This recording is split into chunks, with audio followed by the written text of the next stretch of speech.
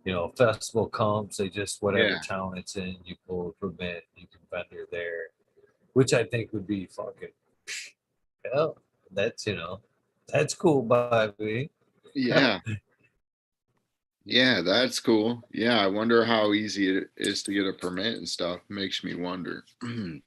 But I would probably do it like mostly for the just for the plant count and legality and to be able to extract and not have to sweat it. You know what I mean? Because it's kind of crazy. Like, where do you draw the line? You're a caregiver, like you start extracting, even making bubble or doing stuff. Like if you get uh, any police officer or someone that doesn't truly know the laws or technicalities of it all, they can just hem you up, you know. So I kind of just think of it as like a almost like an insurance card. So that's mostly why I'm trying to get it. I don't know if I would do like the storefront thing. I'm probably going to just continue to keep breeding because it's what I'm the most passionate about.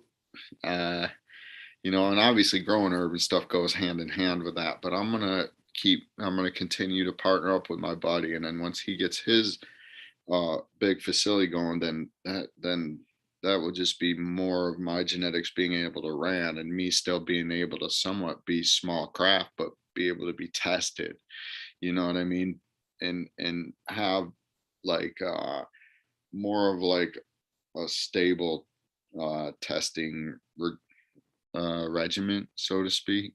But so yeah, but I'm gonna continue to breed, I think. But it'd be nice to be able to have 150 plants to work with, once I got some property and stuff, and hopefully some greenhouses and stuff, and definitely gonna set up a glass studio.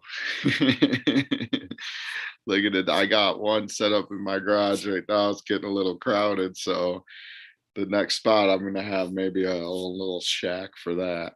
But have you ever blown glass or checked it out at all? I've watched it be done once or twice, but I haven't done myself. Man, I have a lot of respect for that art as well. There's a lot that goes into that shit, man. Like it's an art form all in itself. So It's a crazy medium. It's crazy because it's like liquid and you can do so much stuff with it. I'm by all means a novice still. I would consider myself, but I'm super passionate about it. And I just one day just wanted to take some classes, so I just took some and I just fell in love with it and I just kept doing it, and then now I just have a setup here and it's pretty much like so I just been growing and pretty much messing around with glass, but there's a zen to it also, very much like the growing aspect. And if you ever get the opportunity, I highly recommend it, dude. Even if you take a class, it's really cool. It's such a fun thing and cool, really cool to check out. But if you ever get a chance, you should check it out. it's funny. Between the two, it sounds like it helps keep you in that Zen place. You got the guard, you got the glass glowing there. Yeah, it's work, but it's cool work. you know? Yeah. You should, if we get to do what we want in life, dude, aren't we like, I couldn't be any like happier, right? Like what would you rather do? I can't think of one thing I would rather do. If I did, I would go do it. But this is what I want to do. It's the coolest shit to me. Yeah, I agree. I agree. 100%. The one thing I think I like about the idea of the micro grow is again because things have changed so many times here in Michigan. Of course, when we were all able to deal with the provisioning centers and take our overages in, I think we all had the hopes and the aspirations of taking our brand somewhere. You know what I mean? Building a brand, taking it somewhere. And then since they've made it so hard on us now to be in the market at all, uh, it's kind of like the micro is the only way. Even if they do kind of let us deal with the provisioning centers like they have in the past, as of late, like it has to be, I, Yeah. it has to be. There's a middleman, Yeah. basically. You know Yeah. what I mean? And I'm afraid that all of us as caregivers are going to lose our brand through the middleman. He's just going to gobble it up, smack his sticker right over top of ours, and then who the fuck are we other than the farmers at that point? I think the micro is the only way to sustain any kind of brand. I mean, if you're really looking to build a brand in the cannabis community, unless you're going full tilt into the big grow, the micro is the only way that to sustain and build the brand. I think. Well, and that's what's complicating with the threat of like the looming of taking caregivers away, because like then there's like for anyone like me or anyone that just like you that just has their home thing, it like only being able to grow 12 plants so severely limits you. It's the dumbest law ever. Like how why would you would never limit people that grow corn to a certain amount of plants, right? Like you would just limit it to like area. Like, hey, you guys can't grow more than 200 fucking square feet of weed. Like it would make so much more sense for them just to do it by like square footage or but to do a plant count is so ridiculous, dude. It doesn't make any sense, and then they hem you up like it's just such a weird messed up thing, but that's the biggest reason that I would look at the micro grow is because it would give me the biggest opportunity to really be able to do what I want to do. And if the state of Michigan was smart, they would look at people like pioneers like me and you and be like, we should get these people growing and doing these things and being able to access it legally somehow just because it's more money in their pocket. They just need to make it easier for us to get into it. But they just don't have it yet. But hopefully they get there. We're quite a few years behind, but we'll see. At least we can do what we do, right? Like can't And I complain. don't know how it act if they switch it over to square foot on us like that, man. I'd be so leery. It'd be like the same thing. It'd be like walking on new ice, man, for me. The first year or two, I'd be thinking it was too good to be true. Just like the whole legalization when it was marijuana here in Michigan with the misspelling. Yeah. I shit you not. I got my license every year, but I was like, oh, this is a fucking loophole. This is a Yeah. loophole. This is stupid. It's not even spelled right. They're gonna be like, you stupid stoners. I can't even believe you fell for it. What about you know what I mean? Even though I was all completely legal, I was waiting for the loophole come crashing in and shit. But I think I that's was where I'd be with the sudden switch of the plant count there. I'd be like, I want to empty this case, but I think it's too good to be true. I gotta wait a year or two. I was so nervous to get medical, man. It was just like you're on the list. Back then it was such a different thing though, because it seemed like a scam the government would have done. You know what I'm saying? Uh, Oh, I couldn't wait. I couldn't wait. Yeah, I thought I would be. The way I seen it, buddy. I thought honestly, I was like, I'm already on a list. I'm probably already on a list. Fuck it, might as well make it legal. Fuck it. See, I wasn't yet, so I was like, I don't want to be on that list. But then, yeah, it just made sense. My dad was actually my first patient. He just went and got it. Was like, here. He's like, I just gonna put you as my caregiver, and I was like, hell yeah, dude, that was awesome. And then yeah, I went down right after they did it. It didn't take me long, just because yeah, I felt the same. I was like, you know what? Like, it's just too much of a get out of jail free card when you're driving around and all that. Because it's crazy to think how quick it went wreck. Do you remember, like, when it went medical, how awesome it was to have your card? Like, and just to think, like, Boom, get out of jail free. Now anybody can do it. I Evolution, almost wore man. it around like a fucking backstage pass for like the Mhm. first year, man. Every dispo that I passed, man, I'd be like, yes, the magic words. This is my first time here. Medical. I'm medical. Here's your t-shirt, your free Yeah. pre-roll. Damn, dude. I Fuck would always it. get like the free dollar grinder and like the cheap bowl. I never got a free pre. They'd be like, you get one on your birthday. It's always a month away. I wa- yeah, I was too proud to get it, honestly. You know, the I, dispensary is so expensive, but I kind of love going there just because it's just, I don't know, it's just nice to be able to order weed like that. And first time I remember swiping a credit card or a debit card, both actually, at some point. I can do this? What do you mean? Wait a minute. All I gotta do,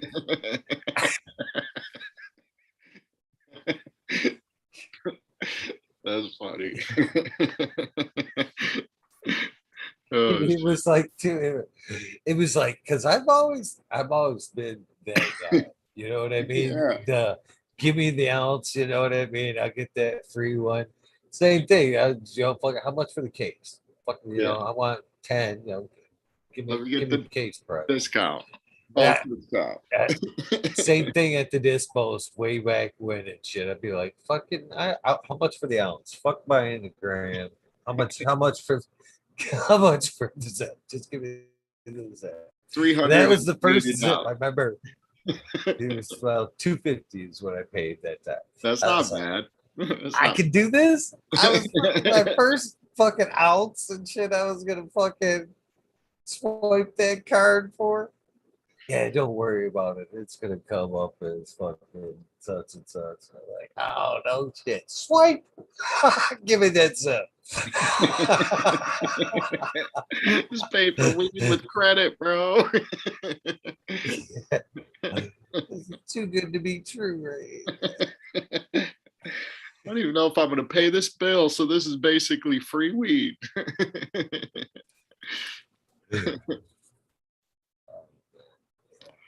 Yeah, the golden ages in the beginning there.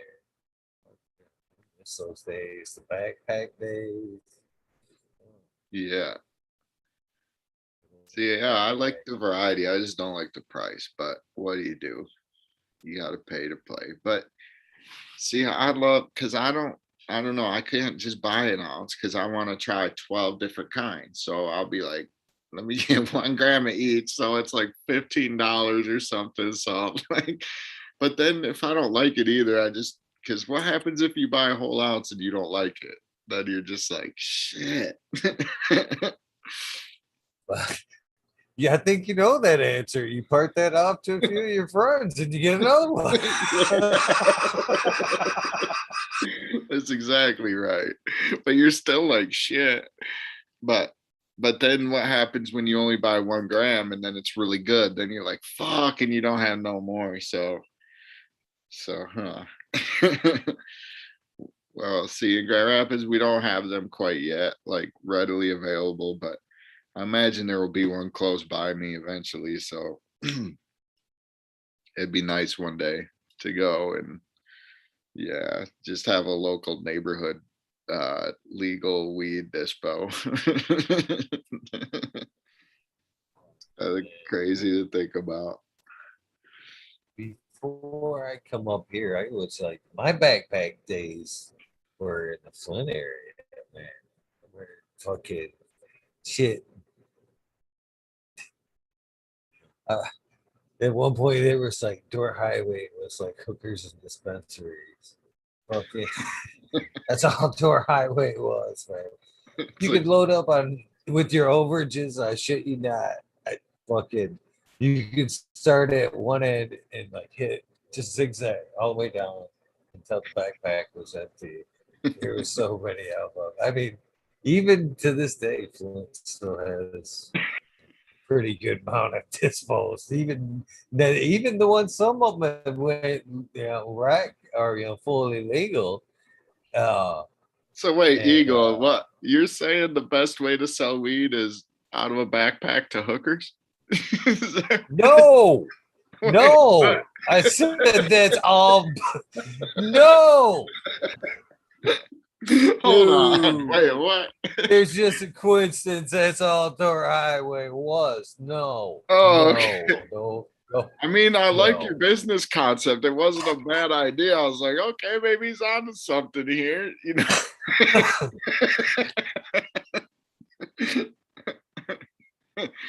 Oh shit. That's no. There was just so many. That's all. Yeah, that's funny. No, you've got chat fucking rolling. If I was a woman of the night, I would smoke weed probably. But it's not a bad business model. We should take this to the next Canacon, dude. Set up a booth. Just be... Oh shit. Right. I'm sure it'd be a pretty busy booth. Just be like, just buy our No, business model. Well, I don't know what we have to sell, but no.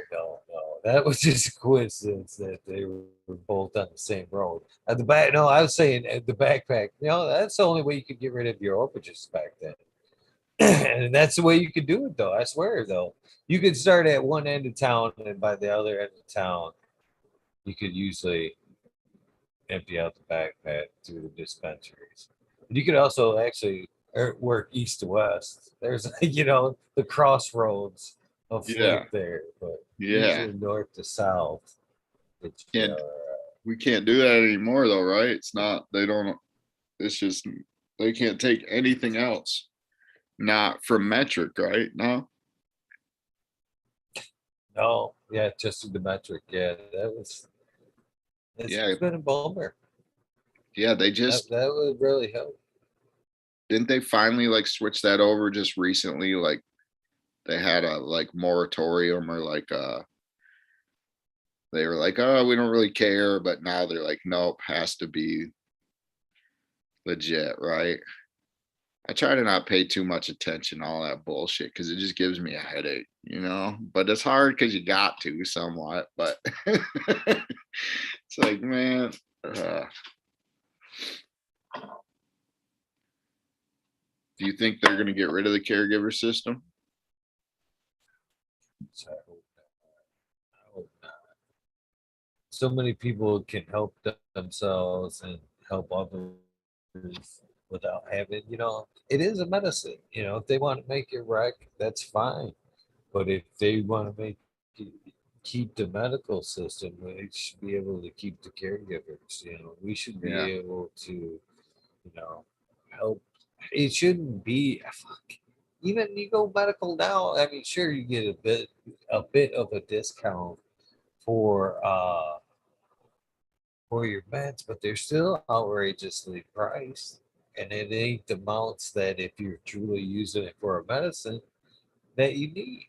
You know what I mean? If it's actually a medicine and you go into a dispensary, it will rival, in my opinion, pharmaceutical medicine at some point. I'm sure it's going to be somewhat cheaper, but I mean, you're making RSO and stuff like that. You know what I mean? Buying it over the counter like that, it's gonna be yeah, tough. It's gonna be tough. Fuck, I give away a lot of my meds. You know what I mean? That fucking patients first. You know what I mean? That's the yeah, reason why we're able to do this. And then there's, you know what I mean? Patients first. Though they should. You know what I mean? They shouldn't have to out of pocket a lot for to live. That's the way that the whole monetary thing. It's kind of fucked up. The whole dollar system. And again, I ain't got nothing against money or nothing, but the master plan, the creator, spirit, whatever, whoever set us all on this crazy journey, I don't think that it was us slaving over shit that we hate to fucking do, to be able to sleep with a roof over our head or put money or fucking food in our mouths. I don't think that was the intention at all. I think that's kind of what's got the whole fucking thing fucked up right now is greed, Yeah. that whole bullshit. You know, unfortunately, money makes the world go round. You gotta have it, but man, is it the right way, man? No. How many people that we know that you were just talking about how blessed we are to live the life that we do. How many people that go to work and fucking hate what they do for 8 to 10 hours a day? That was not the creator's vision for you to be miserable. you know, Yeah. the majority of your days. Fuck that shit. It's Yeah, it's kind of hard to find that balance, isn't it? But yeah, it's crazy though, because how could we live the same life like without people doing like shit jobs? Like we had to have people like fucking shoveling coal, so to speak, don't we? Like to keep the lights on and it's crazy balance of things and but there's got to be a better like standard of living, right? Like, like a basic just I but don't I think it's, to be honest with you. All right, this is another thing I learned in the last yeah. year. It is, I've always believed frequency's got some shit to do with it, but the love, the vibration that we put out, that's the ultimate way we're supposed to be living life. Like you mentioned, the coal and shit. What do we use coal for? Power. You know what I mean? It's things that we came about used, but it's sold in. It's sold. It's sold. You know what I mean? Yeah. Tesla tried to give us free energy and shit like that. Yeah. There is ways that we could do without the coal. We could use coal for fucking fires and shit, but we don't need coal for fucking power and shit. You know what I mean? The technology, it's being held back by the greed of the dollar and shit. That technology is out there right now. You put out 0 point energy, you don't have to have the guy digging coal unless that guy wants to dig coal. Yeah. You know what I mean? Do you think it's I out there think, though? Because it seems like today, with today's standard, like nowadays, like with the internet and all that, like it seems like if someone were to be creating it, like it would be hard to be qualmed by like a big brother, so to speak, or something. Like I'm not saying that's what happened with Tesla. I think Tesla was just probably before his, or probably it was like too early for, he should have been born 100 years later or something. And then he probably would have came up with some crazy shit because it's definitely possible. Because it seems like every little uh, molecule, if you would, so to speak, or every space would have the possibility for infinite energy. Somehow, whether it be atomic or whatever, there's got to be the opportunity for energy in every space, right? So it seems like there could be some crazy like uh energy, but we don't know how to harness it right now. But I know that, you know I'm not saying that we couldn't as like a people, but I just don't think there's enough incentive with the way that the money is set up now to get away from oil. I don't think, because we're excuse me, too deeply rooted in petroleum products and stuff. But it'd be nice to get away from, and hopefully that's the future, is the efficiency and all that, right? I think that's a lot to do with why, again, it is out there. You know, I, there's so many people that, so philosophy, religions, we're living in, there's multiple times, we're living in our past, present, and future all in one, you know what I mean? It's multi dimensions, a lot of theories out there. I think we're just kind of caught in one that's we're in a bad vibration, and we're not going to unlock the rest of it until we fix ourselves and realize that we are a small piece, and we see our problem is we think we run everything here. We think we're top dog. You know what I mean? We're not everything. We're a fucking small, arrogant, egotistical piece of what happens here on Earth. I Yeah. mean, yeah, the plants, I mean, everything else works in symbiosis. Right. We fight and fucking Yeah. have greed and shit like that. We get rid of the greed and live more in a fucking take care of each other love vibe. I think the rest of it will unlock. Our vibration as a whole will unlock the next level. We're not issue free point energy, zero energy like that, because somebody's gonna snag that shit and try to make money off it. It is until we go, this is for us all. You know what I mean? We're working off each other's ideas for the greater good instead of, I Yeah. think it's out there. I just don't think we're ready for it. Yeah. Maybe we're, yeah, and maybe, yeah, maybe we're not evolved enough to make it yet, or, but that's a good point, man. I kind of have this theory, which I wasn't sure if I was going to bring it up tonight or not, but I have this theory in general that, like, if humanity were to quit, like, condoning murder, and like even in our society, like, not to knock anybody that's in the military or whatever, because it's very honorable and I understand all that, but as if you were to step back and look at us as a whole, you would look at us as a society that condones murder. Like, we have a military, we go to other countries, and we do things. And I'm not saying that I'm for or against that. Like, I understand there's a need for it and all that, but I think if we as a whole of humanity were to condemn murder as a whole,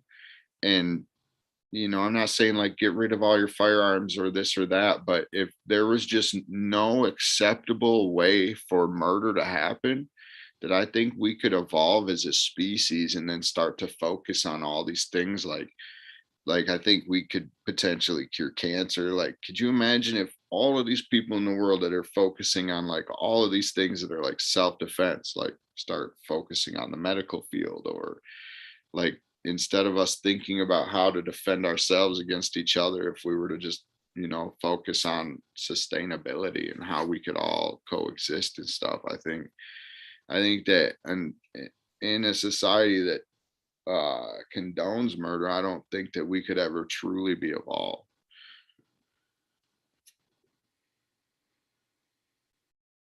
Point. Good point. I No, think that's a I touchy always subject. it's not though, man. I Yeah. honestly think I'd bring it right back to cannabis again, man. Right back to Yeah. cannabis and mushrooms, man. I honestly don't think it's any coincidence that these things are being pushed to the forefront as I mean, okay, this is another example I can say as far as like another vibration or another realm. Okay. You've heard of like say the Akashic records, everything's in there, everything we've ever done, everything, all that. Well, I believe that's out there. And I think that's pretty much our next level. We haven't graduated there, and I think that's where the 0 point energy, that where everything's free, we've eliminated everything else, we've got it right. We haven't reached that vibration yet. But I do believe that, like, say, through DMT, psilocybin, and stuff like that, what we're learning through that, how to change our minds, and it's helping people. A lot of people medically, through PTSD and whatnot, but it's unlocking a lot of mindset. You know what I mean? So you've got cannabis coming through, and as we've talked about, it's helping people in a lot of ways. It's enriching those who cultivate it. In a lot of ways, it takes you down that organic road. Once you open that organic road, It's funny, we talk about that too. You take much better of the plant than you will yourself until you open that organics door. Then you light hits and you go, well, shit, I can make better food for myself, and my plants. And then you open that sustainability avenue. You know what I mean? It's teaching us medicine, herbal medicines, and more of our relationship with the plant. And then it's kind of walking us coincidentally again down the microbes, the fungus aspect of it. Now we've got the mushrooms ultimately working with all the plants who, you know what I mean? They Yeah, are crazy how the microbes interact with the plants, awesome that. But then again, it's yeah, unlocking our minds as well. I mean, every time you take a mushroom experience, it does and unlocks your mind a little bit, makes you think about things a little differently, and ultimately humbles you each and every time. But there's also the experiences through DMT where it completely unlocks your mind and you're able to kind of, those who are brave enough to seek that knowledge on the, you know what I mean, unlock the mind. I think it's there. I think once we've all reached that level, again, I think the plants, the mushrooms are here to teach us all that shit. I think they're being pushed to the forefront to no coincidence. They take us, I'll walk us to the next step. Be honest with you. Open our minds up, show us how to fucking interact just like the plants do. And, they're here to teach us, to take us to the next step. I really believe that on a lot of levels. But you can, though. You know, once you unlock that mind, your heart, the free energy, all that shit's there. And, we've done a minute through that Akashic record. It's there. It's real. People talk about it all the time. I mean, we live the life right now. How many things do you fucking do right now that you've never studied, you've never even fucking thought about learning, but you can do it and you're fucking good at it?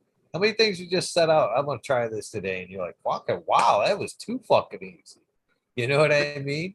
Somehow, some way, you knew how to do that. You're already accessing it to a point, but I think yeah, it's only holding us back to our greater good. You know what I mean? If yeah, they ain't gonna give you the keys that they know you're gonna be an asshole, you know what I mean? They're only gonna, as you get a better and more enlightened as a person, does that door become more and more open to you because you're using it wisely and shit. And it's not until humanity as a whole can use that shit wisely that it will completely open up. Crazy hippie dreams, maybe. yeah. Have you taken DMT? I haven't. I haven't. You That's haven't? another thing too. I've talked about the DMT, that experience and being able to, I'd love to. I'd like to see, you know, I've had a few experiences with the mushroom, the hero dose I talked about, man. I've only had that one time, and that shit unlocked a lot, man. A lot. They're I can't imagine they're very being able to similar. go They're that very next step. similar even from a molecular compound. They're both very similar. They're both tryptamines. Um, if you take a heroic dose of mushrooms, you most definitely can experience something similar to DMT. It's it's a little different in my experience, though. It was more like with DMT is like you're going somewhere else, whereas with mushrooms, it was more like I was bringing that type of environment here, if that makes sense. Uh, Ultimately, it's very ineffable. It's very hard to put words to because it's not a realm of what you communicate with words, but uh, DMT is definitely something that I recommend everybody try that has an interest in in seeing a different dimension. It's very similar to a heroic dose of mushrooms, though, or can be. It's a little different in feeling, but the visuals are very similar. See, you know that, you know. And I think it's through, I really believe it's somewhat of the drug, but I believe it's doing something to your brain to where it's almost a dream state, or it's unlocked or changed your frequency to allow that you in on that state temporarily. As the vibration changes and the door closes, I don't think it's just the drug itself.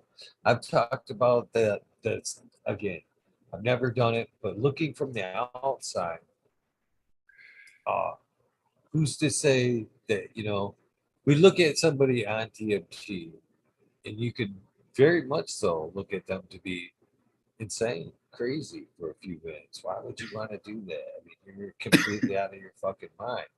But it's to the person, they've seen something that's completely changed their mind and whatever, but it's through the that vibration. So I've compared that kind of to somebody that we would say insane almost, or even schizophrenic.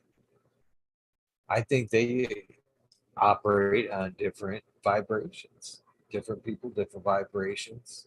You know what I mean? And like that person that you would see on the street talking to themselves or whatever, who's to say they're not, just because we don't see and understand what's going on in their heads, their mind, people, whatever, who's to say that the frequency isn't just black and white, scrambled, you know what I mean? A channel that isn't finely tuned. They're half one leg in this dimension, half one leg in the other dimension. But because we can't wrap our minds around that, they need help. They're not right. You know what I mean? Who's to say that what they experience isn't a full-time dose of DMT? You know what I mean? That could totally be. That could totally be. When you think about it, everything is ultimately a vibration. When you think of any type of matter, meaning anything, you have to think of like photons bouncing off of it. Because without light, there's nothing, right? And what is light but a resonance, a vibration? That's how we measure it, right? We measure it down to the nanometer, uh, to the tiniest little color, the tiniest spectrum, but ultimately it's just a frequency, it's a vibration and maybe an interruption of matter. But everything definitely has a resonance. And yeah, DMT is something else because it's something that it it defies like what you know. So that's why everybody says it changes them, because there's nothing anyways that I've ever experienced like it. It can be life altering and life changing because of such a grand ego death that it can give you, and the fact that you can return in 10 minutes later with lived potentially a whole nother life of time. And it's so ineffable, it's so hard to even explain. And then when you think about the fact that it came from a bark of a root that you extract with lye in water and a solvent, and that's it. It's just the simplest things. We're just separating an alkaloid from a simple root bark of a tree. You know what I mean? Like, we're talking about, there's a reason that earth is trying to show us these visions and trying to show us these things so that we know that we need to be sustainable with it, or else we're not going to live or last. 99.9% of all species that have ever lived are extinct or some shit. You think about that, dude. Humans aren't that special. There's no guarantee that we're going to live forever if we don't wisen up and get with a fucking program and just deplete our resources and all this shit. Like, I'm not saying it's going to happen today or tomorrow, but we got to start thinking of in in terms of sustainability and long-term shit. Otherwise we wouldn't be very uh sophisticated.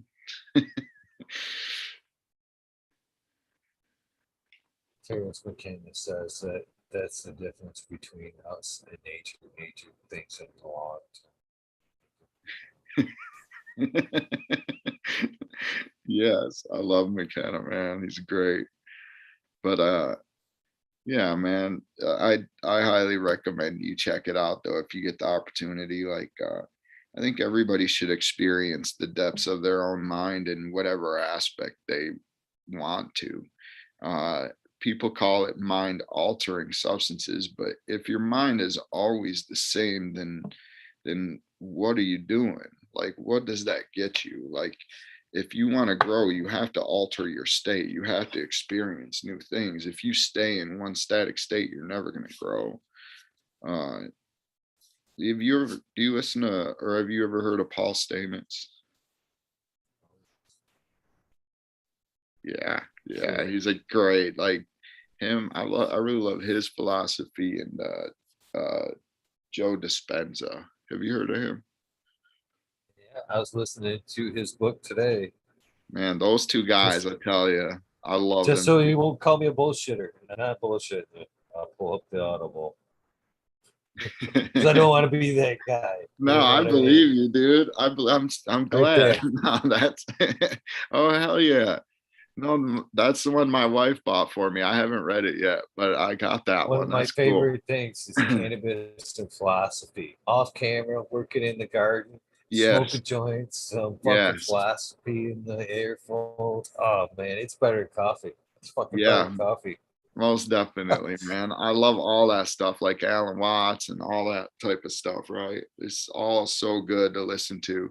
But Paul Stamets might be the smartest dude that's ever lived. He literally, I can't say enough good things about that dude. If anybody has never listened to him, I highly recommend giving him any of his. He has a solution for every problem that we have with mushrooms. He has a type of fungus for every problem, like biodiesel contaminated soil. Man, he developed uh, this mic this I don't know if I should call it a mushroom or a fungus or this, I don't know, this mycology, basically, mycelium, I suppose, that eats the toxic sludge and leaves nothing but fresh fucking soil. Like, I don't know. He's doing big things and I highly recommend him. And then the way he thinks about consciousness too is something else. He's really, really, really a highly intelligent person that is enrooted.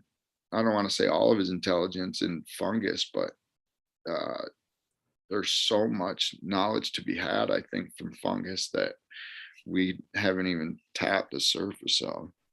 But I believe fungus is like, in particular, psilocybin mushrooms. I believe that's for our mind, in essence, the way that cannabis is for your body.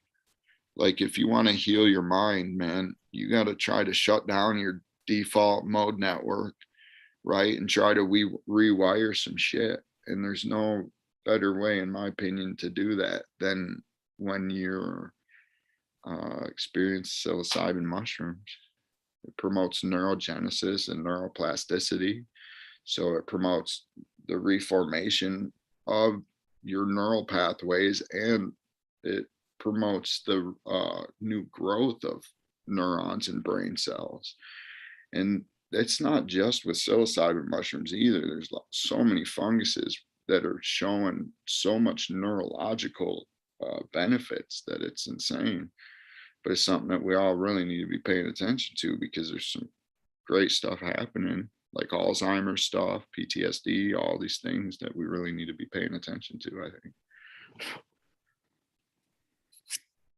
And we could talk all day. I can tell you that right now. Yeah, that's As cool, I, brother. and, Yeah, I got to pee yeah, really bad. And that maybe is that a good end, you think, right there? Or what you well, think, brother? if you want it to be, man, I'm just saying, man, Yeah. because I'm the fucking organics, man. What's that? I've made it to fungus, man, and I'm right there with you, man. They're fucking everything. They're everything, dude. I Yeah, think you know that. I mean, totally. the plants are communicating through them. through the Most soil. definitely. I mean, they're badass. I mean, fungus It's can break into a rock. I mean, a hyphy can punch its way into a fucking stone.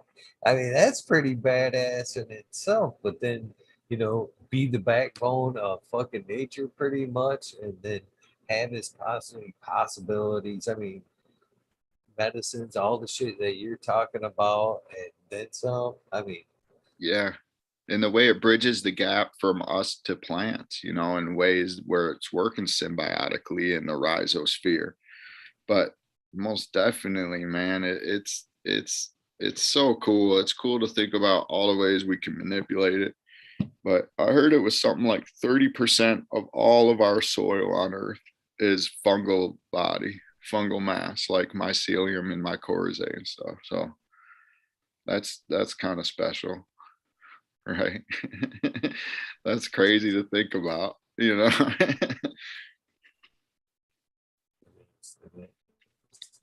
Well, I'm but down to if you want to wrap this up, we can, man. I'd love to have you back at any point.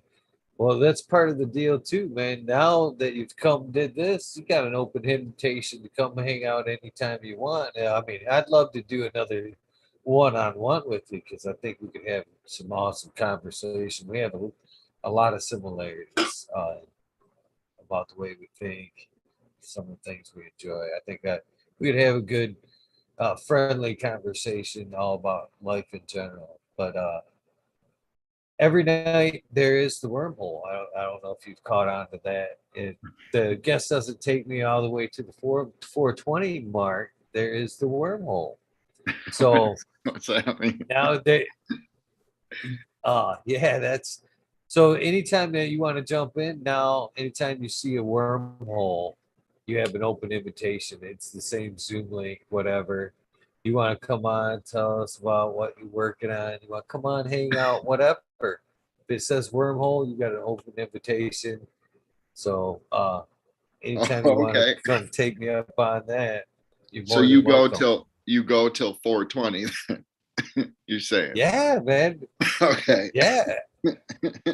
You don't have to go for till 420 if you don't want to, but I usually do. I mean, Yeah. when we talk about putting things in, and I've done this every night. Well, most nights from 11:30 to 4:20 every night. So you talk about doing something with a little bit of passion.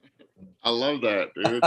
Well, I don't know if I'll last that long just because I don't can't remember the last time I stayed up that late. But I'm on. Oh, I you don't have to, man. I mean, you already said you had to use the bathroom. It's a long stretch, man. It's a long stretch to go. yeah, But that's cool. Yeah, yeah. I think if you want it, I'm gonna dip out tonight and then I'm gonna come back and we could definitely do another one-on-one, or I'll be down to come on sometime with Mikey too, or yeah, Smiley or whoever, man. But yeah, I have yeah, to. at any time. Anytime it says wormhole, you get a notification that says wormhole on the end. That's a free for all. That's open to any of the past guests. It's at this point, it's pretty much it could be a 431 combination at any one point. So, conspiracy, mushrooms, cannabis, we talk Well, about it all in the wormhole. I mean, There's no, if I can go pee, dude, I could just come back too. That's no big deal. yeah, Yeah, either or. yeah. All right, I'll just be right back. Okay, I'll talk to Chad. What's up, guys? Mr. Smiley, Ted's Test, Mr. Robert, motherfucking Green Fingers, Thomas, Cass, Smiley's Gardens, Captain 420, Bill Sid. How you guys doing? What are you guys smoking on? Australian says French. I don't know how that. I blocked it. I don't know how one keeps getting back. Crazy. What are you guys smoking on? Hopefully, you guys are enjoying this episode. Just the beans, cheers.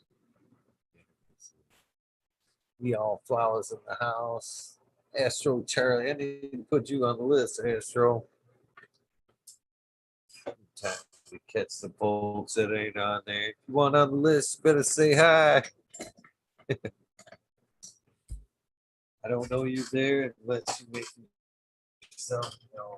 That's why I look at that. Cheers, Astro Charlie, now on the list. Hopefully, you guys had a great Thursday.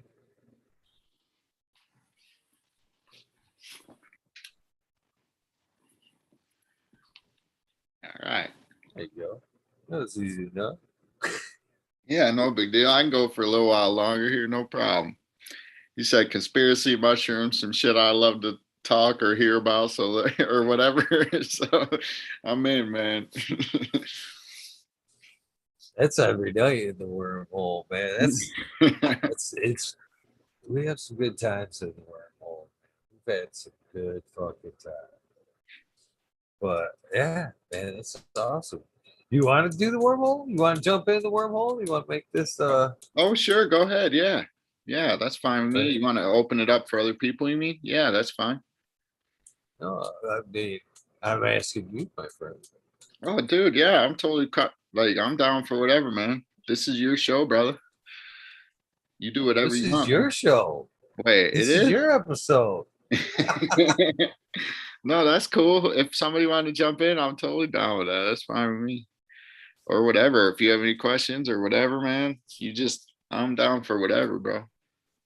I'm just glad to be Well, socializing. I'm usually sitting here in the lab alone, just grinding. So this is fun. This is cool for me. I appreciate you having me on. like I was saying, you're welcome anytime you want to come on now.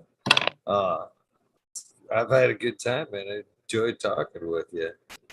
So let's talk about ABCs real quick. Let's tell where can they all find the gear? What's available? So we're on Neptune. Let me think of that. Damn, you put me on the spot here. Can I pull up the list real quick? I'm sorry. Hell yeah, you can. All right. I mean, it's getting pretty big, I suppose. But see, it's kind of cool because you work with one and they end up they do their little networking with each other, so it work out pretty good. But then you end up not knowing what all seed banks you're in. You're like, oh yeah, that one too. Yeah.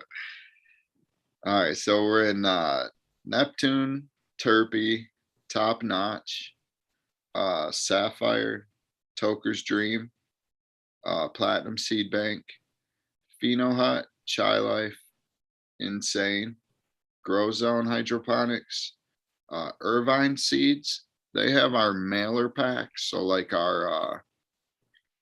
they don't come in the treasure chest; they just come in like a little envelope. And then MMJ Glass Pro and Seed Seller. Uh, but I know that's like a huge list, but we literally we don't drop a ton of gear to each one. So we're not like the biggest strain I have was like 200 packs total. So, we're not dropping like thousands of packs or anything like some of these guys, which is great, but we're a smaller outfit. That's all. But we're in a lot. But like I say, it's because they network too, which is cool because, yeah, it's just nice how that works. But yeah, and if you jump right on our website too, it will just say like right away where to purchase seeds. And it's actually something I'm really proud of. It came out super clean and nice. And if you haven't checked it out, you should check it out. It's pretty nice. It's got some photos on there, pictures of all our genetics. It has information about all the lineage and yeah, just it has some information about us and stuff as well. So yeah, and we just dropped Breath Stank today. So that just came out. yeah, it dropped on Neptune, and I don't think all the banks picked that strain up because a couple of them were having issues with their Instagrams and with their websites because their payment things keep getting shut down because people, I don't know, because it's so fucking weird because places like PayPal or Cash App or whatever, like they'll hem you up if you're selling seeds. Just crazy because they don't contain any THC. So in essence, like people are getting in trouble for like genetic information. The potential for THC is why people are getting in trouble. It's fucked up. It's crazy to me. How can you get, and then it's legal like in the states you're in, but then federally it's just a whole mess. We're not the United States and nothing right now, you know what I mean? When our biggest fucking industry isn't even federally legal. That makes zero sense. Or soon to be biggest industry. I don't know if it's our biggest industry, but shit.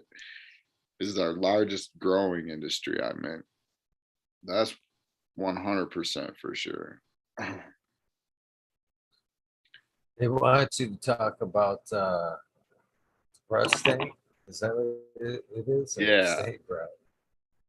No, steak meth is somebody else's strain. So that's what I named it originally, and then I realized somebody else's. Well, I did like a whole Instagram like vote for like there was like 5 or 6 different names, and that it just I like to name my strains so they're super easy so you know what it is. Like, what's breath steak, you ask? Peanut butter breath times Stankosaurus. Breath stank. Fucking, I I do it for my memory almost as much, and just try to keep it super nice and easy and clean, and just like, what's that? Cushion cake. Okay, cushion cake. Vanilla. Add some shit. Just try to keep it as simple as possible with naming stuff. Except for Cowboy Yeti, that one's a little different.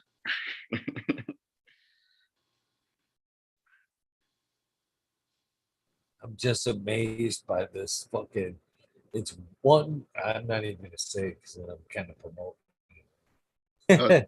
There's like a bot in chat, man, that is like undestructible, man. I've hit it, all the bots keep timing it out, hitting it until it comes right back. I don't even know how it comes, how it's coming back.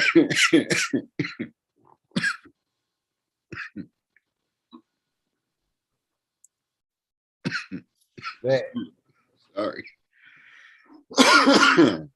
But yeah, I think what it might start coming down to as far as like being able to even promote for your strains or whatever as a company, you're gonna have to just start doing other graphic designs. I don't even know if we're gonna be able to promote pictures of flower anymore. I might take all my pictures of flower off of my main page on my Instagram and start like another, because we keep getting like threatened to be shut down and taken down and stuff, and it just causes a huge problem for your business when they just shut you down. Like they shut us down last month, right the day of a drop. And I don't know if it's people, everybody say it's just haters or whatever, but I would like to think that that's not the case, but I don't know why it's happening. But either way, it doesn't make any sense though, right? It's kind of a weird thing.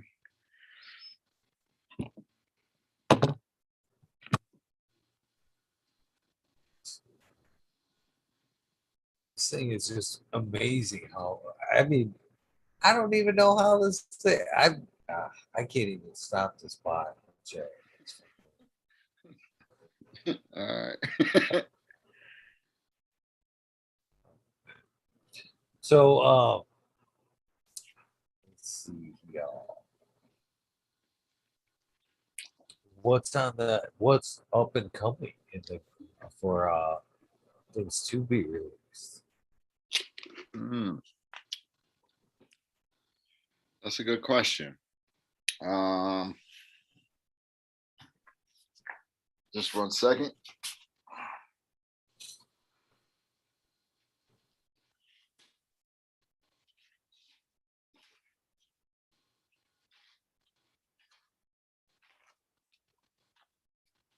All right, sorry, I don't want to mess it up though, but so I think the next one I might do will be either the Cowboy Yeti or the Vanilla Kush Cake. Just because I really want to put out a nice stable cultivar, maybe with the Vanilla Kush Cake that just everybody can grow and just get bangers of, because every pheno of it is just, well, hold on a second.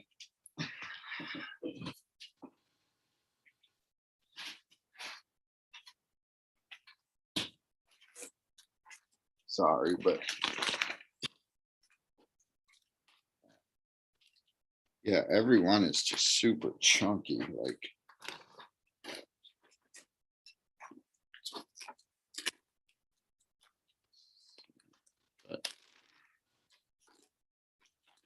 they're all super frosty, but they're all super nice and big and just like chunky hand grenades. So, and it kind of looks a lot like the platinum cake, but it kind of has like a nice Kush mint taste to it. So I think I'm gonna drop this one next because it's really doing well. And I think I'm gonna throw that one out there.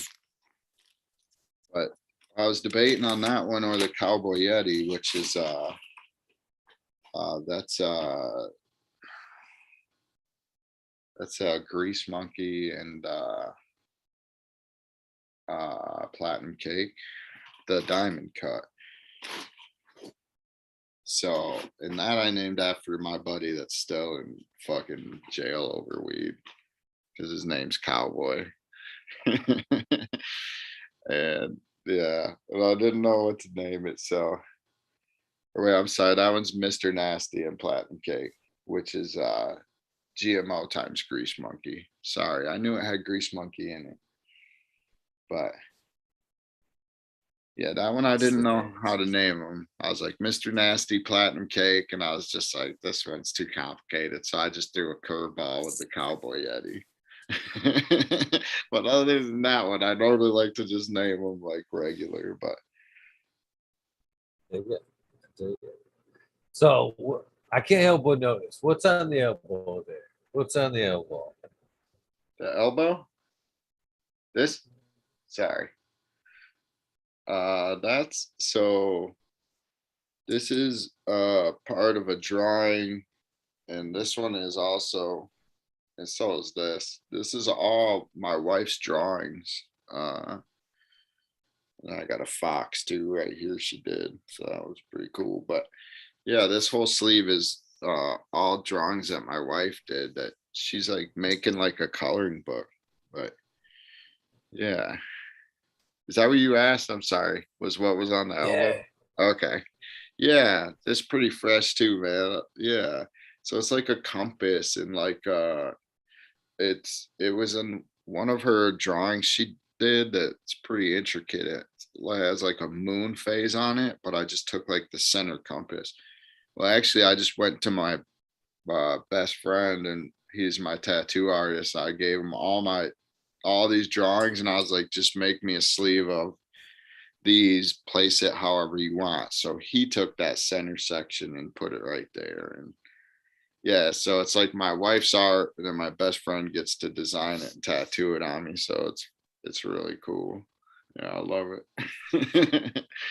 Yeah, I see. Do you have a flower of life? I think I seen, or some sacred geometry. Yeah, that's sick, bro. Oh yeah, I that's actually have the reason Metatron I too. have I seen yours there that's really similar as well. And I think it's funny. It's kind of similar. Yeah, the flower of life. A You have little weird, to be honest with you. I have yeah. your elbow tattoo on my shoulder. A similar version thereof. See, that's awesome, dude. I love it. Well, I'm working on a Buddha. See the Buddha right there. He's gonna actually encompass the Oh, that's flower of cool. life, and he's He's gonna. Oh, there's a Hamza there too. He's gonna kind of come right Oh around hell the yeah. Hamza, and then there's an Ankh. But up here is oh, son of a bitch! I just burned myself in my joint. You're basically your compass and I, Oh hell yeah. That's cool, man. I love it. Oh yeah. That's sick. and that's kind of weird. No? I mean, kind of. I don't. I was sitting there. I watched. I seen that elbow come up a few times. I'm like, Yeah. is he gonna fuck? That's crazy. That's crazy. And then I see the flower there. I'm like, wow, there's a couple of similarities there. It looks like they're on the same arm too. Pretty coincidental. Pretty coincidental. Yeah, I I love can't my. I can't take Go credit ahead. for I didn't draw or even, but my wife did. So she did a great job. And then yeah, there's some cactus right here too. Yeah, so it's pretty cool. Yeah, I love You tattoos. have some ink. Oh, do you? I see you got a little bit on the other arm, man. Yeah, this is it's all it's a full half sleeve of Galaxy. So this is like the Carina Nebula, and then I have what's called the Bleeding Heart Nebula up here, and then this is the Crab Nebula right here. So yeah, That's and badass. I don't know what I'm gonna do right here, but this took like twice as long as all of this because it was so dense, like dark and just the nebula. But yeah, it's my buddy Gareth at Sovereign Arms Tattoo in Grand Rapids, Michigan, bro. He's such a G. But I'm pretty sure that it's impossible to get on his list because he only books 3 months out, and I think he's 3 months out. So, so but everybody at his shop is really good, but they all do great work. But Gareth he's an amazing artist. I've known him my whole life, man. Well, since fifth grade, he's been my best friend, and he's an amazing artist. But yeah, I love tattoos, man. Is that Metatron's cube on your right arm? Yeah, yep, yep. Yeah, I love sacred geometry, man. That's cool. Yeah, it's cool just to Buddhists get. are few Buddhists. They're pieces from different religions. Points I've kind of taken from different paths. Yeah, I love my ink, man. I'm actually covered, well, from hips down to my toes, both legs. I don't have any on my Literally legs yet, but yeah. working my way up the sides. I'm still working on the Shiva that comes up this side, kind of sitting on my hip and Whew. coming up. Yeah, coming. We're up as far as where I'm coming into the armpit and towards the nipple. So I'm kind of waiting until I'm in a bad place to go into the Woo. extreme zones. Yeah. I don't drink, but that sounds like a double shot of Grey Goose type of tattoo. Oh no, that's an RS. I tell you what, man, RSO and tattoos. Yeah. Serious, man. I mean, even I took a small one the other day, and he was like leery at the elbow. I'm like, fuck it, get in there, get Yeah. in there. Yeah. Same thing with the feet, man. I took a couple tablets of the RSO when I had my feet done, and I didn't feel a fucking thing. I actually like live streamed why it was happening and shit, and fucking. I think it even. I even believe in my in my soul that it helps with the heal, speeds up the heal as well. Yeah. Was it so? Is it full spectrum then? Is it alcohol extraction? You're or like Yeah. a yeah, so like a true RSO. So it's full spectrum, man. So yeah, there's CBD, everything in there. Cannabinoids are great for our body, you know. They just do amazing things.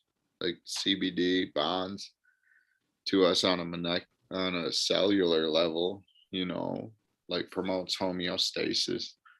CBD is awesome. I love it. But the way that it works synergistically with all the other cannabinoids is something else too. Like we make a tincture with delta 8, delta 9, and a full spectrum CBD extract, and then I just put it in like the two smallest MCTs or whatever, the capric and caprylic uh, acids or whatever. Uh, but the smallest multi-chain triglycerides or whatever, I forget what they're called, but it's like the expensive coconut oil. But I use that stuff and just put those three in it, man. And like I give it to a lot of people with like cancer and stuff, and those three, the combination of those three, I think the delta 8, the delta 9, and then that full spectrum CBD, which has the whole hemp, it's a hemp extract, so it has like terpenes and all that. But so in essence it's like just a full spectrum tincture with a high dose of uh delta 9 and then delta 8 in CBD. Like it's like 100 milligrams per milliliter or whatever, so it's really high dose, but it's shown like good results for people. And like yeah, man, it's working well. It's helping a couple people with like some Crohn's issues and stuff too, but taking it sublingually, like through that tincture, I think is helping people with digestive issues. But you can't say good enough, you can't say enough good things about the endocannabinoid system, and like being able to use it for your own health, right? Like dialing it in.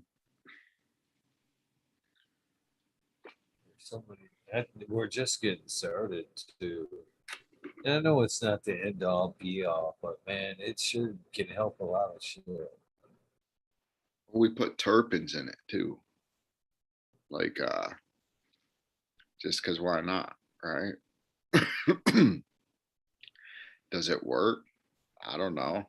I'll say it does. It works for me. You know, as far as the entourage effect, I don't know, but why not throw some terps in there just to see, right?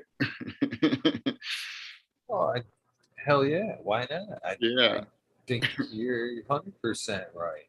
I mean, they do. I mean, essential oils is a huge market. What is essential oils? Basically, Mhm. terps. Yeah. You know, they unlock, make us feel different ways. So why not add them back in? I could see that being a good thing. That's the way I've always choose my cannabis. Yeah, those numbers out front. It's like I don't give a shit. Like kind of what you were saying earlier. That they could say 100% THC. I wouldn't want that. Would make me want to buy it any more than running my nose over the jar and going, "Oh, that one." That's how I like to buy my cannabis. My senses tell me what's right for me. Most of the Hmm. time, they're never wrong. No, no, super high THC cannabis, in my experience, could just be a little harsher, but the same as putting hash in with your weed. You know what I mean? When you just get higher, certain things like it doesn't have that smooth balance, you know? Like, yeah. Probably the mildest or mellowest smokes are probably lower THC, to be honest. Like, you know, everybody's done a dab. It's not great on your lungs. I feel like you got kicked by a horse. But usually when the stuff that's more THC usually takes me more badly in one direction. You know what I mean? Usually gives me anything over like 30, 35. That shit gives me anxiety most of the time anymore. Just takes me off in one direction. It doesn't, put me in a good place. It's too much of one thing. I think. So somebody came up to me at a show. I forget. I think it was at a casino or something. But and so they're telling me like, well, what strains of mine are good for anxiety?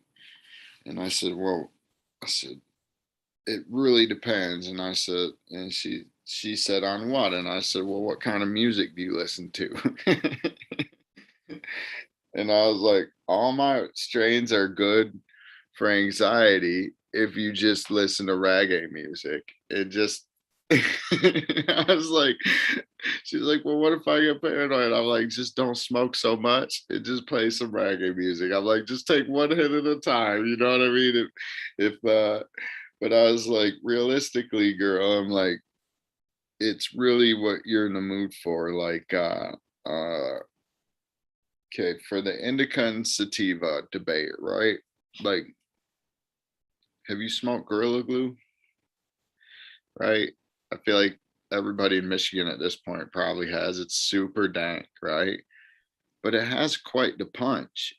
But it's a sativa, quote unquote, dominant hybrid, but it kicks like an indica, like as it's just high THC and it's strong. And so I'm like, for me to tell you like this is gonna be this way because it's like this, I'm like, realistically, I'm like, every pheno you pop could be different. And I'm like, it's all about your mood and your vibe. And if you feel like you get paranoid with some weed, then just grow a different kind.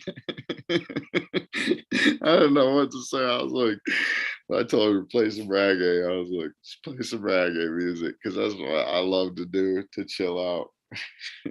Some Bob Marley, dude.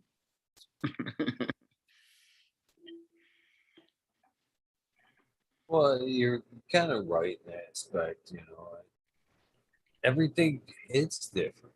Even one thing that, and I found that, I mean, in my opinion, my experience, strains like the some sativas, jack straw, anything that's like peppery, you know what I mean? I find gives me fucking anxiety, no matter what the THC content. If it's peppery, it's gonna put me in a bad place. I know that. I could tell right off the bat, and my nose never let me down. So then That that's same strain I can give to my patients that have anxiety and they love it. But for me, it causes anxiety. You know what I mean? exactly. It's all how our bodies take it. So that's a tough one to answer. You know what I mean? Exactly. I When they couldn't tell. ask. I couldn't tell her anything because I'm like, I almost wanted to because then I kind of was like, but if I just tell her this, then she'll go into it thinking it will be good for that and it will be good for her. She'll manifest it. But I was like, I need to teach her how to manifest it regardless. And I was like, because we had a good long conversation. And that's kind of what I told her. And I was like, I don't get it. I was like, I don't get anxiety ever from cannabis, but I never think about it like that, I suppose. So I was like, for me to tell you that one of my strains over another would cause less, I would just be making shit up because with my experience over the years, people that some people like sativas because they like to get high and uppity. And then some people don't like that. They say that that's what makes them paranoid. But some people say indicas. I was like, we all have different neurological makeups. So I'm like, I just choose based on flavor. And I recommend that's what you do too, because maybe that will find your vibe and your correct, like little, uh, right cannabinoid mixture. What if that was it for like, because each one of us does have a preferred distinct terp profile. Like I really don't love like hardcore orange or citrus. Like I appreciate it for what it is, but it's not really my cup of tea. I prefer more old school, like kind of cushy, gassy, kind of wedding cake type vibe, or fermented fruit, like.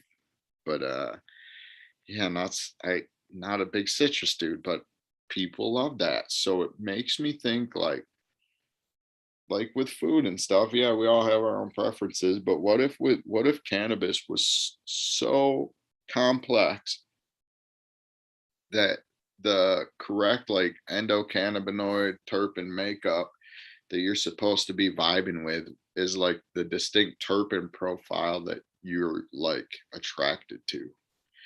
It kind of makes sense 100%, right? So that's kind of why I was like, you like gas or fruit? And then so I try to steer people less towards like what you will think, oh, this is this or whatever, and more towards your distinct terpene profile, because I feel like that will be more of your vibe. And I know some people might call me crazy, but I don't know, dude. I think a lot about this stuff, and I think that that's probably the way that it is. It makes sense to me. What do you think? You know what I think would be a good way to answer that question for another person that asks, if it were feasible, Yeah, is to have like terp jars. You know what I mean? If you could extract your strain, snag the terps out of it, you had a good profile of it, and you know, so they say which one it's going to be good for anxiety, and you're just like, okay, run you. Which one made you go, ooh, there you go. That's the one. Want a pack of that? I think so. It makes the most sense, doesn't it? Like you're gonna be smoking it in your olfactory, like the nose knows, right? That's what we say. Like, let's not even try to fight it. You should only be growing and smoking the weed that you love. And if it's not your terp profile, which, my terp profiles might not be for everybody. I'm not rocking citrus over here. If you're a citrus lover, I would go hit up a Tropicana cookies, or there's so many citrus options out there. Jelly beans, like those crosses that came from that. There's tons and tons of orange, but I think we all should grow what what we like. Like, it makes sense to me. It's got to be complex as shit. I, I don't know. The orange shirts don't do it for me. You know, I echo everything you just said. I can appreciate that what I want to smoke all day. Hell no. No, that yeah. Yeah. Like it occasionally. Yeah. All right. Every day. Yeah. See, but I'm not the share doobie type of person. So can I smoke a whole doobie of it is the question. And if not, then I'll never consider breeding with it or anything that came from it. Or like, I'm just like, not my cup of tea. I could appreciate it.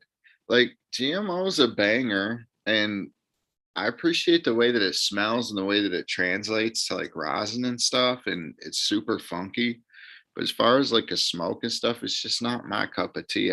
It's I don't know. It tastes kind of like a little cherry, kind of like cough medicine in a way to me, kind of.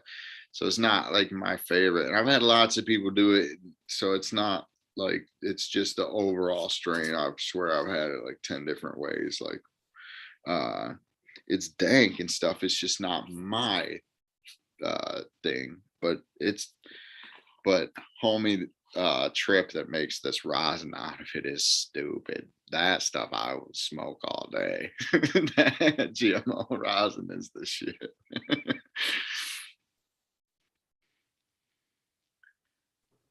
It's good stuff. That is good stuff. And I haven't had that in particular, but I've had uh and for Crowley's work with the GMO. Yeah, yeah. I I didn't think it's realize I similar, was a dude. fan until I've had some of that. I was like, yeah, this is pretty good. I like the garlic turks. I didn't think I'd like the garlic. Yeah. Have you had it in flour or just the extract? Just the extra. See, I like the extract as well, but I don't love the flour. It's okay, but some people love it, and it's just it wouldn't make my daily, it wouldn't even make a weekly or monthly rotation, to be honest, for me. Just for my personal flavor preference. There's nothing wrong with it. It's a banger. Like, it has qualities in it that are amazing, but I it's grew not. a cut. It was cross. I never grown the strain straight out, but I had the primal. Well, that's half the garlic punch is the GMO times the primal. And that's yeah. It was, you know, it showed that I had one that went each way. One that favored the primal, one that was GMO down. They were all both good, but I'd never grown out the one itself for flour. I can't, again, it was good for a nice taste here and there, but I don't think again I'd go for a whole day of garlic either. To be honest with you, as far as smoking goes, Yeah, for sure. gotta mix it up anyway. I tried to try to mix it up a little bit. What's your favorite strain from TGA you've ever grown or smoked or whatever? Just It's a tough run between Crazy Train and Cheese Quaker. Definitely a couple of my favorites right off the top of my head. One that never made it was fucking Purple Dust Star and Girl Time were two of my favorites that fucking never made girl cookie time? crosses. You know? Girl Was Scout cookie samurai. And it's bred by Harris of the Farm. was that a freebie by chance? It It sounds was a familiar. tester. Yeah, I think I It's got a a pack. tester. Or yeah, I think I might have got that pack, but or no, I think I had the time Oh rack. man, I think I had time rack times Gorilla Glue actually. Yeah, I think that's what it that'd be a was. good one. You Or got something like Girl I could Time be yeah, it could be, it could have or been Girl Scout. I could be wrong. That was a while ago, but my favorite probably to grow probably was the Marion Berry Kush because it's the only cultivar I've ever seen that grew trichomes during vegetative state. And it would grow it like a mohawk all the way up the stalk. It was really fucking crazy. I wish I would have kept it or had more pictures or did something more with it, but it was such a unique cultivar. And it could have been the frost, like it was gnarly frosty, like ridiculous. Like, yeah, like it would hold up to anything I'm putting out today for sure. It was like gnarly frosty and had a super amazing, very nice smell to it, but was really colorful and pretty. That's like my probably favorite overall cultivar to grow. But it was weird. It grew kind of monster crappie and veg too. It was kind of, I don't know if it was mutiny, but I guess so. But it would kind of just like explode into like a bush and grow trichomes and veg. And I'm just like, all right, like it was like 15% into flower or something always. It was really crazy, but it just kept going along and it wasn't like an auto flower or nothing. It was cool as shit. But yeah, I had it that one for probably 4 or 5 years. But my favorite terps from uh TGA was probably Brianberry Cough. Like I grew quite a few of those and they all had this similar, just insanely sweet, like candy, like berry, like I haven't smelled before, like a candied blueberry almost. Like literally, it was really, really dank. But one of the best smells I've ever smelled. And I remember distinctly saying that like a few times to my wife. I'm like, smell this. It's like a flower that's never been made before, but it just hit so different. And it was so fucking good.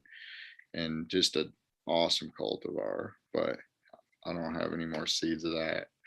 Or I would I would get some. I don't think there's any available, but I know Miss Jill's Brian working. Berry. Yeah, Yeah. that's her strain. What's that? Sub was that was Brian Berry's. That's a Jill strain there. That's Yeah. she took that. That was her creation. Yeah. I didn't grow that one. Was that I got my originally, was it originally a Miss Jill strain? Like when they first, I thought, yeah, I wasn't sure. I remember reading a story about their buddy and stuff though when they released it, but Well, I So don't think, was that's it released under, there wasn't a Miss yeah, Jill it was genetics released. yet, No, was it was there? released on RT. It's yeah, I got it over here. I still got all the posters, the menu Oh yeah, no, posters I and stuff. believe you. Uh, Y- But y- no, it was released under TGA, and I always fucking gave. I never grew it because the way things worked out. I've since made amends with Miss Jill after Sub's passing, whatever. But Yeah, I'd seen she continued to work the line, but I see like she put a citrus spin on it also. And as I've said probably 15 times tonight, I'm not a citrus lover. But yeah, the ones that were available anyways. I'm not saying that, but that's what kind of sucks about having like a 5 pack, because then you get a banger or something out of the five, and then you're like, shit. So you almost always had to pick up 2 packs of TGA, which was hard to do because you wanted to get so many different ones. When I went to the one, so oh, go ahead. yeah, well, I always gave some credit for releasing that one under the TGA. In my opinion, that was a man, a man, a solid man thing to do. Because I don't obviously remember part of the story, but yeah, it's Brian was her high school like boyfriend who got sick, and that was a dedication strain to him. Hmm, And I always thought, whoa, that's interesting. pretty, yeah, yeah. I always gave some little bit of credit for taking you that one with a smile. I don't know. I always like, how, that'd be a tough one. Yeah, Shoe well, on the other foot, man. I don't know if I could do it. I don't know if I could do it. I understand if people get sick, but that'd be a tough one in my shoes. I'd be like, oh, it's the right thing to do, but I'm not swallowing this pill too good. yeah, I don't know how I would feel either. But maybe that's why he's a better person than us, probably. Okay, I didn't know that. But yeah, I avoid politics and like all these things, like those things, uh like the plague. Like people start talking about, I swear there's so many like things that it's hard to even talk about some strains sometimes because people are like, oh, like yeah, I'm not even gonna say none, but you know what I mean.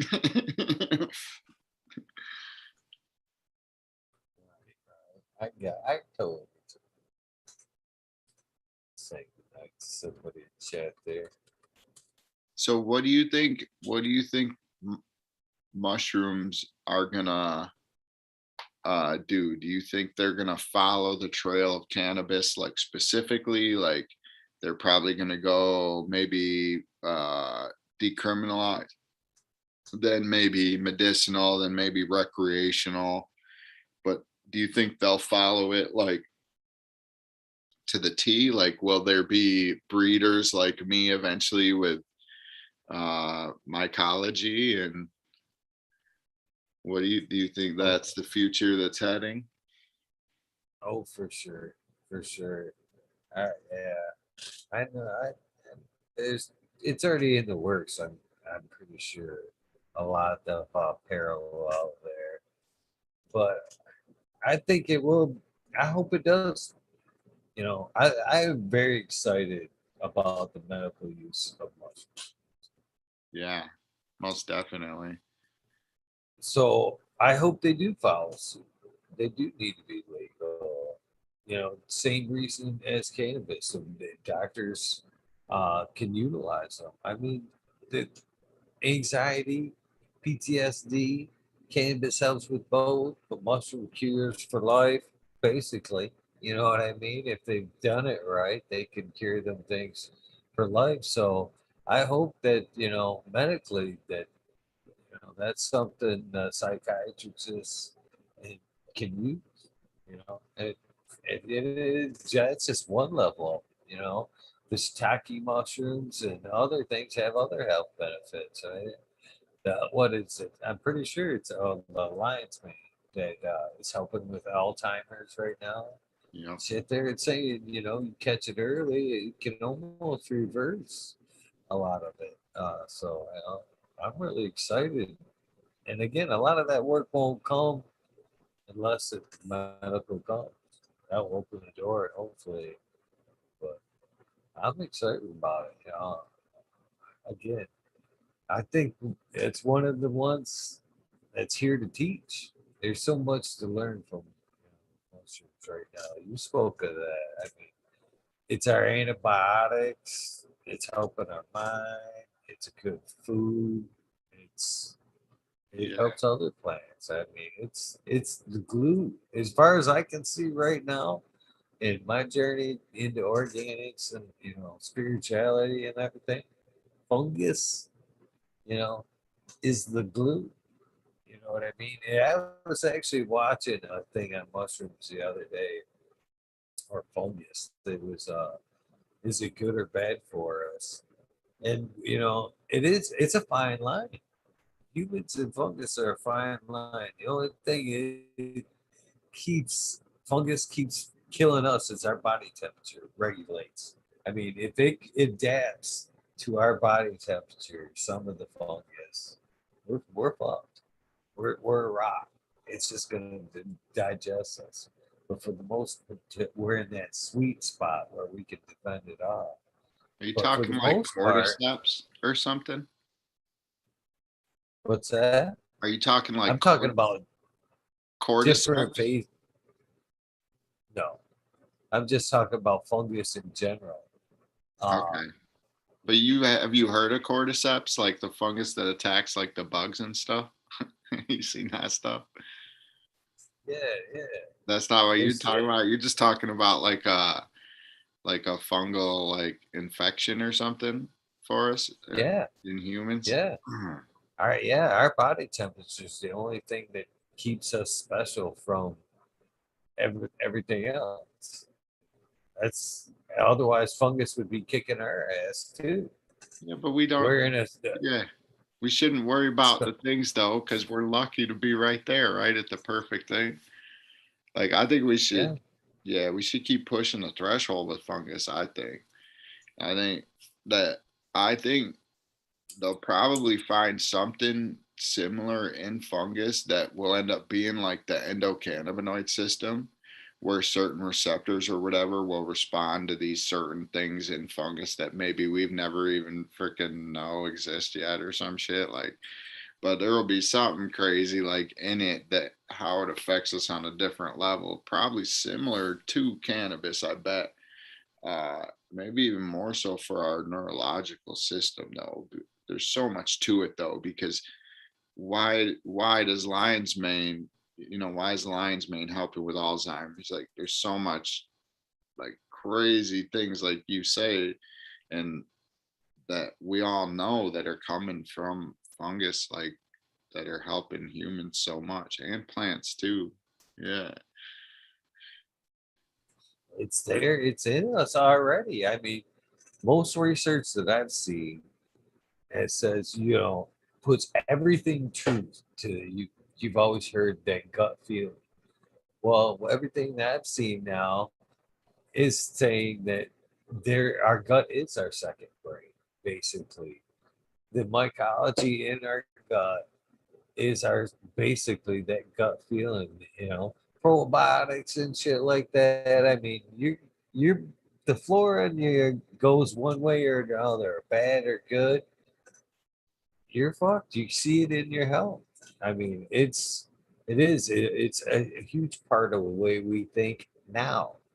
Right now, it's already I can prove it it to dictates you. our health.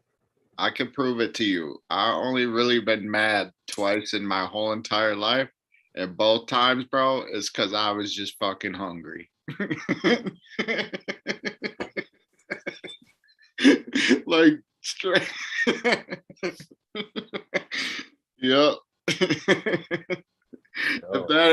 I don't know what. Yeah, your biome is crazy important, dude. Well, they could take the same fungus, microbiology that's in your gut. You could drop that shit. Single cell, no brain, drop it into a maze. It will grow its way out of the maze. Best, quickest way out. You know what I mean? It is a Yeah. smart thinking. We don't know how. I actually in that special they almost they dance on the line of saying that even though they don't have a brain, they still were like drawing intelligence from the Most ether. definitely. Well, what's crazy is like when one for like one section of the mycelium will like learn something or whatever, like, oh, if we do this, we can break down this or whatever. Like the whole colony learns it. So it's like it's a high, almost a hive mentality, but it's literally like a natural network. It's like kind of what similar to what we're creating uh on Earth, with the internet and stuff. And it's crazy how it grows very similar to like the way our neurons fire and stuff. We always see them photos, but that could just be happenstance. But yeah, to say that fungus doesn't have like some form of intelligence would be probably silly. When you look at what it does to so many different things. Yeah. But That same special, I thought it was cool. They talked about fucking a certain type of ant that doesn't even eat, like say, I think it's a certain type of plant. So they spend their whole day fucking going out and harvesting this material that they don't even eat or use to feed the fungus that secretes shit that they eat. So basically, oh, the they're ant working colony? for they Yeah, work for the yeah. fungus Yeah, all day okay. long. Yeah, dude, I seen that. That was wild. Yeah. Yeah, that was one of the coolest things, man. Uh I love mushroom documentaries. Mushrooms are just cool, man. Eventually, like uh I would really like to breed them, but it's hard because I don't grow mushrooms because I can't legally. But we're hoping to decriminalize them in Grand Rapids because I would really like to start breeding them because I really like the idea and the concept of it. Like just how it works. Are you familiar with how like to breed mushrooms? It's pretty tricky actually, in a sense, but I'm sure it is, but that's what I'd be because it's so in the mind, and I guess poisonous. You could always unlock that gene. I could possibility, isn't it? I mean, yeah, if you're rolling the dice, I I don't I know. mean, I don't know. I don't think we I don't know. who's who's I first? He's on that cross. Do you send it to the lab first? well, they do. Did you see they have a psilocybin cup out in Oakland or whatever? And they were like testing all. It was really cool, man. They got an Instagram page. It's sick. So, but yeah, so well, in order to breed them, it's kind of tricky. So you got to take like spores from one and spores from another, right? And then kind of like let them mate up.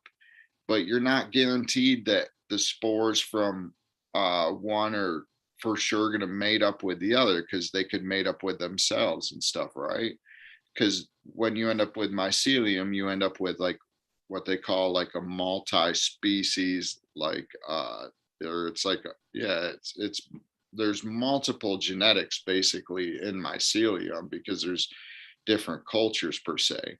So you have to like uh, let the spores mate up or whatever, and then you have to grow it up and then find the ones that are different, right, and isolate them in essence. So, and sometimes you can't only tell by their spore print, uh but then yeah, so then you have to like isolate it and then you can clone it, and then once you have the new species isolated and cloned, then the spores from that would be the new strain or whatever. And you can continue to isolate your cultures and stuff down to like, just keep cloning like larger ones or whatever, and keep isolating your genetics to really like dial in traits that you're looking for. So it's that concept and idea of it is just really, really cool. It's similar to cannabis, but it's a little more complex and complicated, and I kind of like that.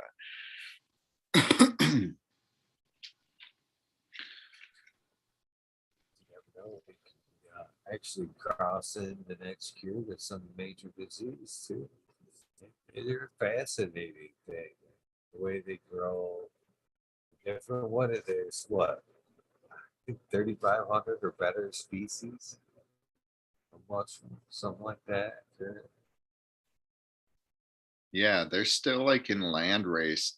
It's still completely land race, which is surprising, honestly, but it's gonna, once it hits, it's gonna change, like from, it's, in my opinion, like the breeding of mushrooms will follow very similar to the breeding of cannabis, and then it's probably gonna hit and go like that once people start breeding some crazy shit. Like once people can start to do it legally, though, that's the thing. And until then, you'll start to see it because some people are the pioneers and are brave enough to do it, and they'll be rewarded for their bravery, hopefully, by being the first and the pioneers. But that's it. It's definitely something I want to dabble in because I love the concept of mycology. And after growing for almost 20 some years now, uh, ultimately, I I wouldn't mind like a new and different type of challenge. Not that I'll always continue to grow, you know what I mean? But I wouldn't mind like something that could just, something new to learn, I suppose. I know there's a few that are venturing into the territory of bringing them into their cannabis growth, uh, Yeah, implementing them into their beds, which I think is pretty genius. yeah, yeah, and plus, not to mention, they breathe in uh, oxygen and breathe out CO2, the same as us. So they symbiotic with the plants. You're creating a higher uh, CO2 atmosphere. So that's kind of cool too. But one problem I noticed uh, when someone I met before was growing them in their room or whatever was, you get fungus gnats though, and then it become a problem. But if you just get them totes going in there though, your CO2 was pretty high, like I noticed on the meter. So they can work, but you just got to be prepared for fungus gnats if you got fungus in your room. Like at least the way I'm talking anyway. I wonder if they can be controlled with the fan like you can with the cannabis, or if the fan would be detrimental to the mushroom to Totally. its dryness. This place was just like totes, so that you just open them up to fan them or whatever. And but you could totally, if you were to do like any type of like a HEPA filter or something, and control the intake or the exhaust, you totally could control that if you wanted to. It wouldn't be hard enough. I just didn't. I just know that I'll always have fungus gnats probably, so I don't really care. They're all right. You just try to minimize them. That's all. Right.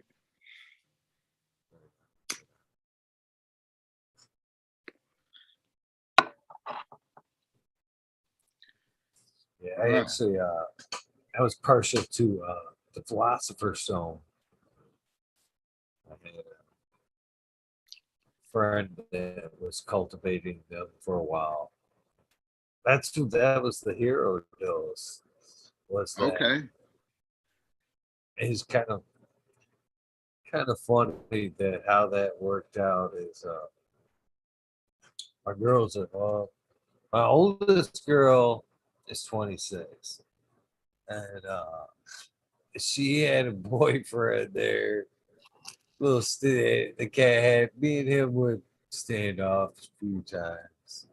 Not face to face, like fighting or not. Just way we see viewpoints.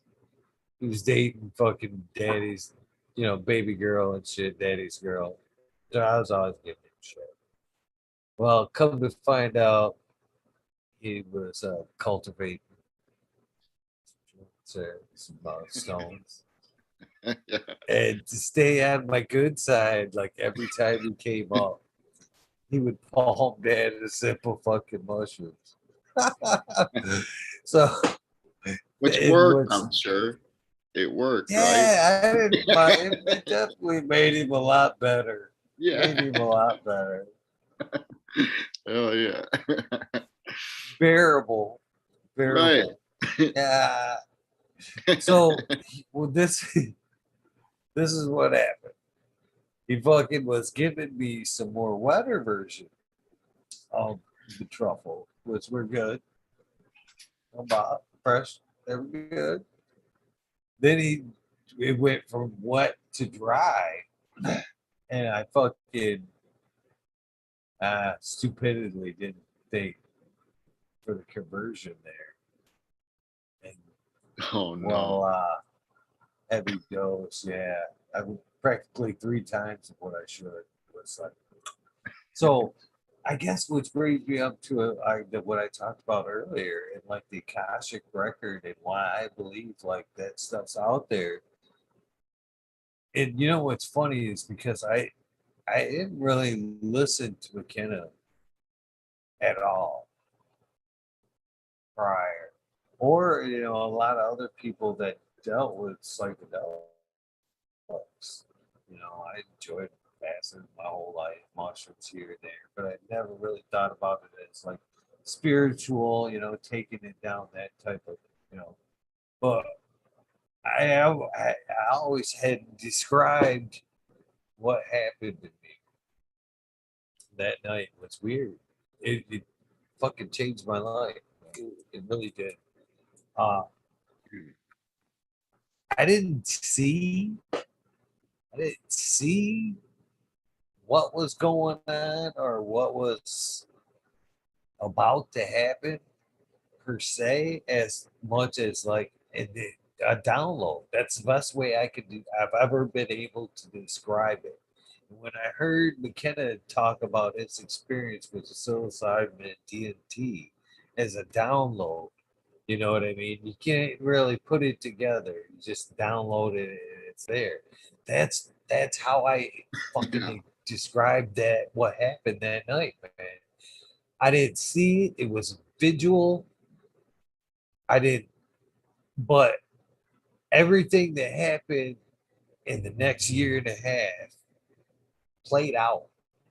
Played out. I was like, it was so weird. I didn't see it, but I was like, I was made put forward to emotionally like suffer it all that day, that night, as it like downloaded. Like I could feel it as it was downloaded, but I couldn't see it, but I could feel it emotionally. I could not really, it started to, I could kind of feel it. It started to kind of make sense, but everything that, as I put it together, as I could, came true. Everything that happened that night, everything that I downloaded that night, the next year and a half played out. Everything did. That's when the numbers started. Everything started. Everything that was happening behind the scenes started to come true, or it started playing out. And everybody that like around me is like, how are you not just falling apart? How are you seriously not falling apart? You know what I mean? Everything is the worst of the worst that could possibly happen. It's happened. I'm like, I already dealt with it. I seen it. I've already made peace with it all. And, it was weird. When it happened, it was like too surreal. Like it had already passed or what. If it hadn't been before that instant and it had played out, I don't think I would have been able to take it. Yeah. So, it would have been fucking. I would have definitely not took it the way I did. That's for sure. I think. I don't think I would have been able to. Yeah, it would have played out like that. Exactly what I've learned through psychedelics also is acceptance, man. Completely, like, to be able to accept the things and all that stuff, like, yeah, I completely understand where you're coming from. I can completely relate. And I think that's what we achieved through it, in a way, you know. Uh, it's good to hear though, man. I'm glad you had that experience and could could count on that when the time came. Because it really is about, like, finding out what you're made of in essence, and truly, like, are you gonna be like, it kind of measures your own soul, so to speak, right? Like, you take a big long look in the mirror at yourself, and one night my wife and I had an experience with a little 2 gram little chocolate, uh, each or whatever, and we watched Blue Planet, and then we were talking about getting recycle bin for like months, but then the next day she called and got it. Boom. We were like, we gotta get it, like, it just, even the littlest things, and it just makes you really look at yourself in the mirror hardcore, and like, what are you doing? Like, what kind of imprint are you having? And basically, are you a person that takes or a person that gives in the long run?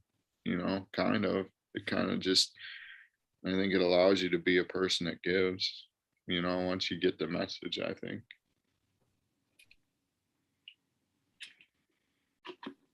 It's definitely life changing once you do start to open it.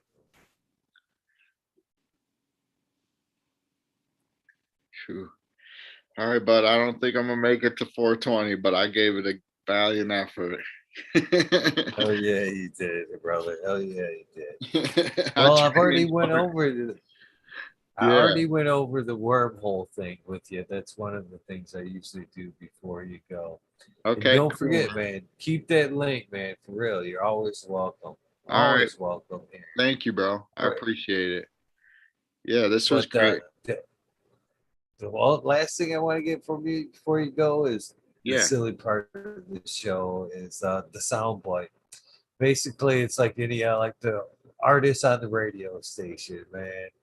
Uh, Basically, what I'm looking for in my version, my words is, hey, this is Eagle, and I'm on fucking talking shit with Eagle, episode 431. You can put whatever you want before that, after that, as long as that's somewhere in there. Basically, commercial for you this episode. Uh, Let me hit record. There you go. Anytime you're ready, my friend. Hey, hey, this is Pat with ABC. I'm on fucking talking shit with Eagle, episode 431. 431. What else? Is that good? Sorry, bro. Perfect. Perfect, man. My bad, dude. Thank you again. Yeah, no Oh problem. no, that was perfect, All right, cool. man. I look forward to hopefully hanging out with you sometime at one of these gene traders or one of these cannabis events Yeah, dude. real Definitely. soon. But Definitely. if not, then you're always welcome to come back anytime. And I'd love to do another one of these episodes on top of a wormhole episode. So All right, have a cool. good one and thank you for your time, brother, man. Yeah, It's man. our Thank most you, bro. valuable thing we have. Yeah, this was awesome, dude. Thank you so much, man. All right, brother. Have a good one. Thank you guys for tuning in. Episode 431. We're too close to 420 tonight, guys. So no wormhole. Just a quickie tonight. Well, this wasn't a quickie. It was one great episode. So I'll be back tomorrow night. I do well. Well, let's see here. I do possibly have a guest tonight. I don't have 100% confirmation, but if not, one way or another, there will be a wormhole You can count on that. But hopefully there'll be guests. So hopefully I'll see you tonight at 11:30. If not, I'll probably see you a little bit later, closer to 2 for the wormhole.